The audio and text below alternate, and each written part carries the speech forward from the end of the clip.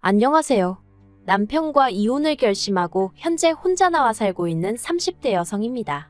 의지할 친정이 없어서 어디다 말도 못하고 소갈이만 하다가 너무 갑갑해서 여길 다 찾아왔네요. 남편하고 처음 만나게 된 건 지인의 결혼식에서였어요. 친한 지인은 아니었지만 그렇다고 안 갈 수는 없는 결혼식이라 참석하게 되었는데 남편 말로는 거기서 저를 보고 한눈에 반했답니다. 참고로 남편은 신랑 쪽 하객이었어요. 그래서 신혼여행에 다녀온 지인 부부가 저에게 남편을 소개해 주었고, 이것도 원래는 갑자기 자기네 결혼식에 와줘서 고맙다며 감사 표시를 하겠다고 하도 나오라고 해대서 나가게 된 자리였거든요.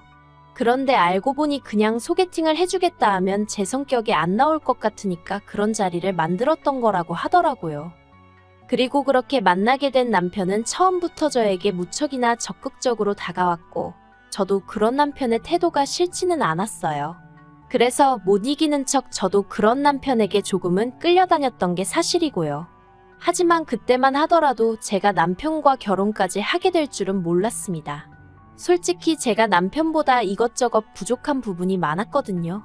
외모나 성품이야 워낙에 주관적인 것들이니 따질게 못 되지만, 학벌이라던가 가정 형편이라던가 그런 건 제가 남편한테 비교할 수준이 못 되었죠. 저는 친정 부모님이 사이가 좋지 않으셨고, 그래서 두 분이 일찍이 이혼을 하셨기에 이후로 친정어머니와 단둘이 살았어요. 그런데 제가 고이가 되던 해 친정어머니가 좋은 분이 생겼다며 알려오셨고, 그때 저는 친정어머니를 축하드리는 마음도 있었지만 앞으로 어떻게 살아야 할지 앞날이 깜깜한 기분이었습니다. 친정어머니와 재혼하기로 하셨다는 분이 대학 등록금도 내주겠다 하셨지만 왠지 제가 그 돈을 받아 대학을 가면 제가 친정어머니의 약점이 될 수도 있겠다는 생각에 그런 신세는 지고 싶지 않았고요. 그래서 고등학교를 졸업하자마자 전 독립을 했고, 이 과정에서 독립하는데 보태라고 친정어머니한테 1,000만 원 받은 게 전부입니다. 그리고 지금도 친정어머니가 원망스럽다던가 그런 건 없어요. 친정부모님이 이혼하신 이후로 아버지란 사람은 죽었는지 살았는지 소식 한번 제대로 전한 적이 없었고, 단돈 1,000원이라도 저희 모녀에게 보낸 적이 없어서 친정어머니가 고생을 정말 많이 하셨거든요. 그러니 늦게나마 찾으신 행복을 오래오래 지켜나가셨으면 하는 마음뿐이에요. 아무튼 그렇게 집에서 나와 그때부턴 닥치는 대로 아르바이트를 했어요. 지금 생각하면 정말 어린 나이였는데 오로지 돈을 모으겠다는 생각으로 또래 학생들이 하지 않는 건물 청소까지 해가며, 정말이지 하루에 아르바이트 3, 4개는 기본이었어요. 빚도 한 줌 들어오지 않는 지하방에 살면서 말이죠. 그리고 그렇게 한 5년쯤 사니까 그래도 돈이 제법 모였거든요. 그래서 그 돈에 대출을 받아서 아파트를 샀어요. 왜 아파트를 샀냐고 하면 친정어머니랑 살 때는 빚이 들어오긴 했지만 늘 반지하였거든요. 그래서 언젠가부턴 해가 왕창 들어오는 집에 살고 싶단 생각을 하게 되었죠. 그리고 돈이 생겼으니 그 꿈을 이룬 거고요. 하지만 남편과 연애를 시작했을 때도 저는 여전히 아르바이트를 전전하고 있었고, 그래서 대기업은 아니어도 당당히 정규직 달고 회사 다니는 남편이 제 눈엔 저보단 훨씬 잘난 사람으로 보였던 게 사실이에요. 그래서 남편이 저에게 프로포즈를 해왔을 때도 선뜻 좋다고 말하지 못했었고요. 하지만 이때도 남편이 처음 저에게 다가올 때처럼 적극적으로 밀어붙였고, 저는 못 이기는 척 따라가면서 결국 부부의 영까지 맺게 되었습니다. 사실 시부모님께서는 아니나 다를까 저를 그다지 탐탁치 않아 하셨어요. 말씀하시길 남편이 장남이라 금이아오기야 키워놨더니 어디서 수준에도 안 맞는 여자를 데려왔다고요. 하지만 그래도 시까지 올리고 나니까 두 분도 어쩔 수 없다고 생각하셨는지 이후로더는 적어도 제 면전에다 대고 모욕을 주시진 않대요.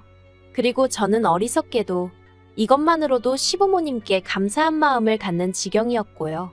한편 제가 결혼한 지 1년 만에 아버님께서 지인분에게 크게 사기를 당하셨어요. 1억을 투자하면 이자로 2천을, 2억을 투자하면 이자로 5천을 준다는 누가 들어도 말도 안 되는 허무맹랑한 사업이었는데, 그걸 아버님께서 철석같이 믿으시곤 어머님과 사시던 아파트까지 담보로 잡아 무려 4억을 갖다 바치셨던 거죠. 그리고 저나 남편이 이 일을 알게 된 건 두 분 사시는 아파트가 경매로 넘어간다는 통지서가 날라오면서였습니다. 시부모님께선 집이 경매로 넘어간다는 건 상상도 못하고 계셨기에 그 서류가 뭘 의미하는지 모르겠다며 남편에게 보여주셨고, 그렇게 온 집안이 난리가 났어요. 완전히 뒤집어졌죠. 그리고 결국 정말 두 분의 집이 경매로 넘어가면서 두 분이 오갈 데가 없어지셨어요. 그러자 당시 저희 부부는 제가 결혼 전 마련했던 아파트에서 살고 있었는데 남편이 시부모님을 모셔오면 안 되겠냐고 하더라고요. 솔직히 내키지 않았고 난처했고 거절하고 싶은 마음뿐이었습니다. 하지만 그랬다간 지금처럼 남편과 잘 살 수 있을까 하는 걱정과 우려가 들어서 결국 자의반타의반으로 그러자 할 수밖에 없었네요. 지독하게 외롭게 악바리처럼 살았던 20대의 생활을 죽어도 반복하고 싶지 않기도 했고요. 시부모님이 저희 집에 들어오시던 날이 지금도 생생하게 기억이 나요. 제가 대궐 같은 집에 두 분을 모시게 된 것은 아니었지만 두 분도 아파트가 제 아파트라는 건 잘 알고 계셨던 만큼 저에게 고마워하실 줄 알았습니다. 솔직히 네, 고맙다 다니덕이다 그런 말 한 번쯤은 들어보고 싶었어요. 수준에도 안 맞는 며느리, 내 아들이 좋다니까 어쩔 수 없이 받아들였지. 우리나 되니까 이 정도 혼수해도 괜찮다 하는 거지. 이런 반응 말고 우리 며느리가 최고다, 우리 며느리 아니었으면 어쩔 뻔했냐. 정말이지 딱 한 번만 들어보고 싶었거든요. 그런데 그렇지가 않았습니다. 남편 돈은 1원 한 푼 안 들어간 정말 제 피땀으로 이루어진 아파트였는데 그걸 시부모님께선 아들 잘 둔 덕이라고 말씀하시더라고요. 그래도 어쨌든 실컷조건 합가는 시작되었고 이후로 저는 제 사업으로 눈코 뜰 새 없이 바쁜 하루하루를 보내고 있었습니다. 사실 시부모님 사정이 이렇게 될 줄 모르고 저는 저대로 결혼하고 얼마 지나지 않아서부터 사업 계획을 세웠고 약 1년 만에 사업을 시작했는데 하필이면 그때 앞서 말씀드린 사건이 터진 거거든요. 타이밍이 참으로 기가 막혔죠. 만약 그때 제가 조금이라도 늦게 사업을 시작했었더라면 솔직히 제가 그나마 사업 자금으로 모아뒀던 돈 전부 아버님 어머님 대출 갚아드리는데 뺏겼을지도 모르겠다 싶거든요. 아무튼 어머님께선 시부모를 모시고 사는 며느리가 집에 착실히 붙어있지 못하고 밖으로만 돈다며 영 못마땅한 기색을 감추지 못하셨지만 당시 시부모님은 생활비를 한 푼도 주지 않고 계셨으니 남편이 자기 외벌이로는 내 식구 먹고 살기 빠듯해서 안 된다. 그나마 이 사람이 벌어오니까 지금 이 생활이 가능한 거다 하고 제 편을 들어주어 계속해서 사업을 이어갈 수 있었죠. 그리고 더 까놓고 말하자면 집에 가봤자 저를 기다리고 있는 건 산더미처럼 쌓여있는 집안일과 시부모님의 잔소리 폭탄이 전부였으니 제 집이 제 집같이 편하질 않았고 그래서 점점 더 많은 시간을 사업에 쏟게 되었습니다. 그런데 그렇게 시부모님과 합가를 한 지 1년 좀 지났을까. 정말 기가 막히고 코가 막히는 소리를 어머님이 하시더라고요. 남편에게는 아래로 2살 어린 시동생이 있는데 착실하고 진득하니 직장 생활을 하던 남편과 달리 소위 한탕주의라고 하나요? 맨날 한다는 말이 사람이 몸으로 돈을 벌면 안 되고 머리를 써야 한다면서 그렇게 사업을 한답시고 이것저것 찍접대기 바빴는데 지금 이렇게 글을 적다 문득 든 생각이 어쩌면 아버님을 닮아서 그런가 싶기도 하네요. 남편 말로는 아버님도 늘 소위 대박을 쫓으며 인생 역전을 꿈꾸셨다 들었거든요. 아무튼 그런 시동생은 저희가 결혼하고 넉 달 만에 식을 올렸는데 사실 이것도 사연이 있어요. 원래 한 집에서 1년에 자식 둘을 결혼시키는 일은 흔치 않다 들었습니다. 그런데 시동생의 경우 저희가 식을 올린 직후였을 거예요. 그 당시 사귀던 여자친구, 그러니까 지금은 제 동서죠. 동서가 임신을 했다고 하더라고요. 그리고 동서네 집안에선 어차피 결혼을 전제로 사귀던 거 아니냐? 배불러 오기 전에 식을 올려줘야 할 거 아니냐며 나왔고, 그런데 나중에 듣기론 시동생은 결혼까지 생각하고 만났던 사이는 아니었답니다. 아무튼 그래서 번갯불에 콩거 먹듯이 식을 올렸어요. 제가 앞에서 말을 안 했는데 제가 남편과 결혼하던 당시 남편은 자기가 모은 돈 5천만 원만 가지고 저랑 결혼했어요. 시댁에서 해준 건 하나도 없었습니다. 며느리 조건이 마음에 안 드는데 드리려니 속상해서 못 해주겠다 뭐 그게 이유였죠. 그리고 시동생이 결혼할 때도 이건 마찬가지였습니다. 시부모님이 말씀하시길 막말로 배불러 오는 여자가 급하지 우리 쪽이 급할 게 뭐가 있냐. 여자가 평소에 행실을 어떻게 하고 다니면 결혼도 하기 전에 애부터 갔냐며. 아니 애는 동서 혼자 만들었나요? 아무튼 어머님은 시동생의 결혼에 있어서 당신이 철저히 갑이라고 생각하고 계셨고, 그래서 또 당신 성에 차지 않는 며느리를 드리는 것만으로도 스트레스라며 그쪽에도 땡전 한 푼 도와주지 않으셨어요. 그런데 웃긴 건 그래도 체면치레는 해야겠다 싶으셨는지 저희더러한 1,000만 원만 해주라고 그러시는 거예요. 그리고 바보 같은 남편이 1,000만 원은 무리지만 어느 정도는 해주겠다며 500 해주대요. 이때도 저 솔직히 마음에 안 들었지만 별말 안 했어요. 제가 언니 오빠 동생이 없다 보니 남편 마음을 이해 못하는 거 아닌가 하고 어떻게든 제 자신에게서 이유를 찾아보려고 했죠. 그런데 저는 정말 이 정도면 할 만큼 했다고 생각하거든요. 저는 시댁으로부터 뭐 하나 받은 거 없었지만 시동생 장가 간다고 돈 줘. 어머님 아버님 집 경매 넘어갔다고 모시고 살아. 그 모시고 사는 집도 내가 마련한 아파트지. 저보다 잘난 며느리들도 많겠지만 제가 그렇게 못난 며느리란 생각도 안 들었어요. 그런데 사람 욕심이 끝이 없다더니 지금으로부터 3달 전인가 시동생이 또 사업을 말아먹었다는 얘기가 들려왔습니다.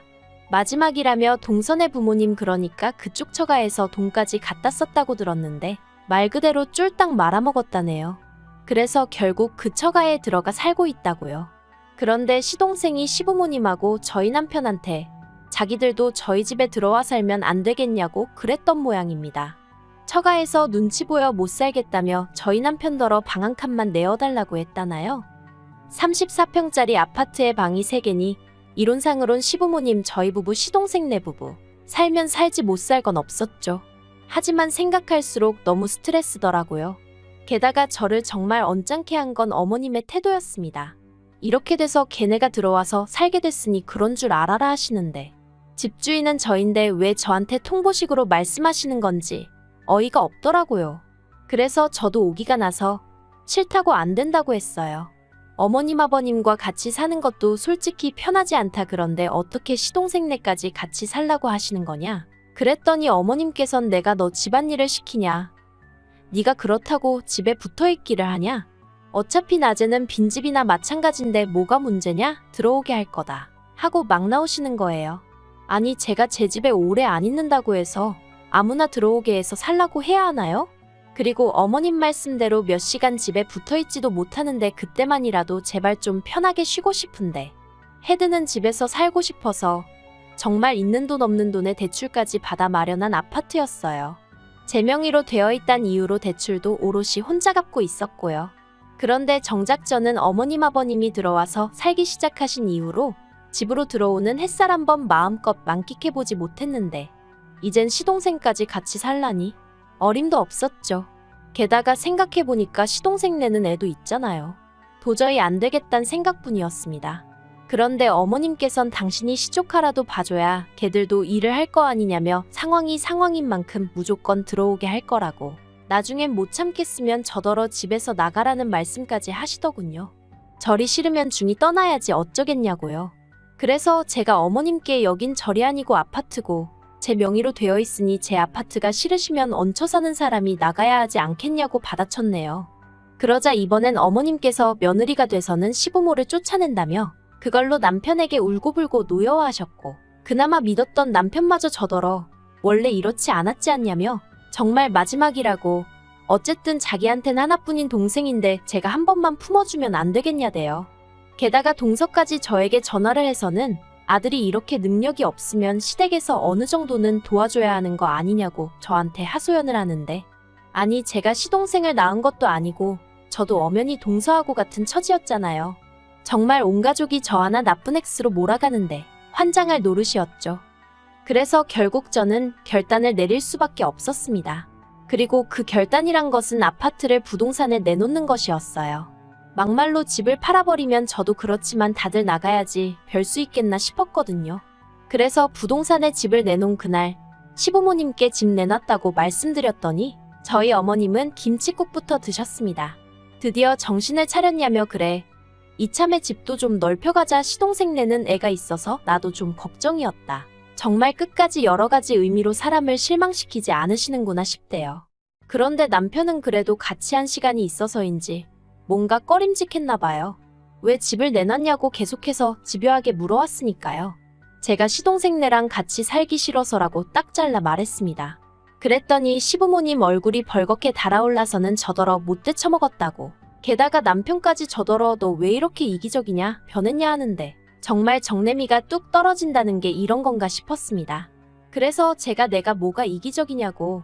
나는 뭐 맨날 소처럼 일만 하고 나 싫다는 어머님한테 바보처럼 내내하고 웃는 낯장만 해야 되냐고 소리를 질렀어요.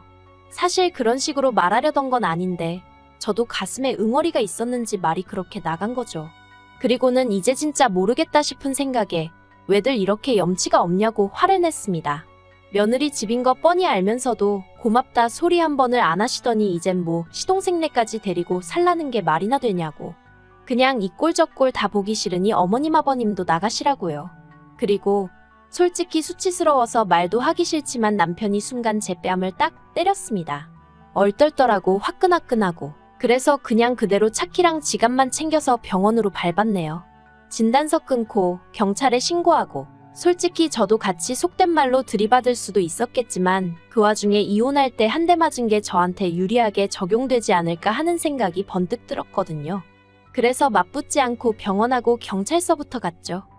바로 이튿날이 됐을 때는 저는 비록 원하던 가격은 아니었지만 하루라도 이 지옥에서 빨리 탈출하겠다는 생각으로 집을 팔아버렸어요. 그리고는 집 나간 며느리가 집 안로 기어들어왔다며 비웃는 시부모님 면전에 집 팔았으니 언제까지 비우라고 알렸더니 어머님은 급기야 울대요. 수준도 안 맞는 며느리가 들어와서 자기가 거리에 나앉게 생겼다며 아버님이 똥된장 분간 못하고 사기당한 건 기억을 못하나 싶어서 한마디 해주려다 이러쿵저러쿵 말 길어지는 게 싫어서 예 하고 말았어요. 체면치레하기 좋아하고 뭣도 없으면서 자기들 평판은 어지간히 신경 쓰는 사람들이라 아마 안 나가고 버티고 그런 건 못할 거예요. 그리고 저는 지금 사업장 근처에 오피스텔을 얻어서 나와 있어요. 집에 있는 짐이라곤 남편이 결혼할 때 돈 5천으로 해온 가정가구들이 전부니 그거 다 이고지고 나가라고 하죠 뭐. 그리고 변호사 말이 이혼 소송에도 저한테 유리하다고 결국 마음 급한 건 남편일 테니 저더러 너무 걱정하지 말라더라고요. 20대처럼 외로워질까봐 썩은 동아줄인 거 알면서도 어떻게든 붙들고 있어 보려던 건데 그 동아줄 잡고 불안하게 사느니 저 혼자 마음 편히 사는 게 훨씬 낫겠다는 생각이에요. 빨리 모든 게 정리되어 햇볕 잘 드는 집에서 새 출발하고 싶네요.